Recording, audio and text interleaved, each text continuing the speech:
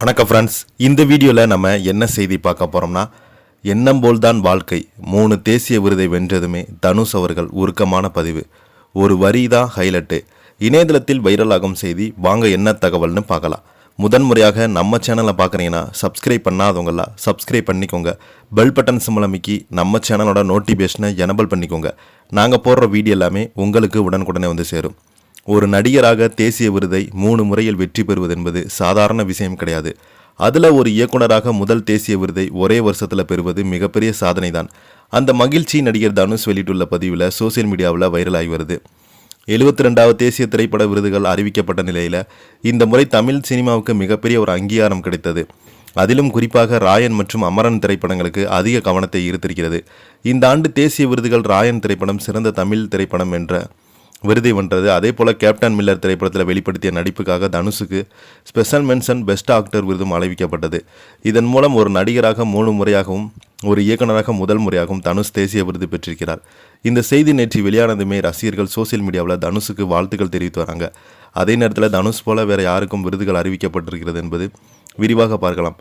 தமிழ் திரைப்படத்தில் ராயன் அவருக்கு, captain Miller திரைப்படத்துக்கு இயக்குனர் ராஜ்குமார் பெரியசாமி, அமரன் திரைப்படத்திற்காக சிறந்த பின்னணி இசை ஜிவி பிரகாஷ்குமார், எடிட்டிங் ஆர் கலைவாணன் அமரம். இதனால் தமிழ் சினிமாவுக்கு தேசிய அளவில் தனது தரத்தை நிரூபித்திருக்கிறது. இதைத் தொடர்ந்து தனுஷ் தன்னுடைய சோசியல் மீடியா பக்கத்தின் நீண்ட பதிவினை வெளியிட்டுள்ளார். அந்த பதிவில் ஓம் நமச்சிவாயா என்ற ஆரம்பத்திலே தொடங்கியிருக்கிறார். மேலும் ராயன் திரைப்படம் சிறந்த தமிழ் திரைப்படத்திற்கு தேசிய விருதையும், கேப்டன் மில்லர் திரைப்படத்திற்கு சிறப்பு அங்கீகாரம் சிறந்த நடிகர் விருதையும் பெற்றிருப்பது என்னை மிகவும் பணிவாகவும் உணர்ச்சி வசப்பட வரைத்துள்ளது. இந்த உயரிய அங்கீகாரத்தை வழங்கிய தேசிய திரைப்பட நடுவர்கள் தேர்வு குழு என் மனமார்ந்த நன்றியை தெரிவித்துக் கொள்கிறேன். என் திரைப்பயணம் முழுவதும் தொடர்ந்து ஆதரவளித்து வந்த பத்திரிகையாளர்கள், ஊடகங்கள், சமூக வலைதள நண்பர்கள் அனைவருமே என் உண்மையான நன்றிகள். அது நடிகராக இது 3வது தேசிய விருது, இயக்குனராக நான் பெறும் முதல் தேசிய விருது. ரசிகர்கள் இல்லாமல் எதுவுமே சாத்தியமாகி இருக்கிறாது. அவங்க தான் என் பலத்தின் தூண்கள். என் இதயத்தின் ஆழத்திலிருந்து அனைவருக்கும் நன்றி. கேப்டன் மில்லர் எனக்கு மிகவும் நெருக்கமான படம். என் திரைப்பயணத்தில் இதுதான் என்னுடைய மிகச்சிறந்த நடிப்பு என்று மிகவும் நேசிக்கும் அந்த கேரக்டருக்கு இந்த சிறப்பு அங்கீகாரம் கிடைத்திருப்பது இந்த விருதை இன்னும் அர்த்தமாக மாற்றுகிறது. வாழ்க்கையில் கிடைக்கும் முதல் வெற்றி எப்போதுமே மறக்க முடியாது. இயக்குனர் ராயன் திரைப்படத்திற்காக முதல் தேசிய விருது பெற்ற வாழ்நாள் முழுவதும் போற்றி பாதுகாக்க ஆசீர்வாதம் இருக்கும். நான் வாழ்க்கை ஹரஹரா மகாதேவ் என்று அந்த பதிவை முடித்துள்ளார்.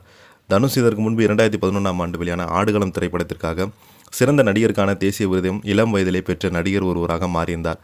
அதன் பிறகு இயக்குனர் வெற்றிமாறன் இயக்கிய அசுரன் திரைப்படத்துக்காக மீண்டும் சிறந்த நடிகருக்காக தேசிய விருதை வென்றுள்ளார்.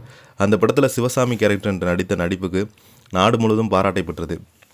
இப்போது கேப்டன் மில்லர் திரைப்படத்தில் ஸ்பெஷல் மென்ஷன் அங்கீகாரம் ராயன் படத்திற்கும் இயக்குனராக முதல் தேசிய விருது கிடைப்பது தனுஷுடைய தேசிய பட்டியலில் மேலும் முக்கிய 2 அங்கீகாரங்கள் சேர்த்துள்ளது. அந்த செய்தியை பற்றி நீங்கள் என்ன கீழே உள்ள கமெண்ட் பாக்ஸில் மறக்காமல் பதிவிடுங்க. நன்றி.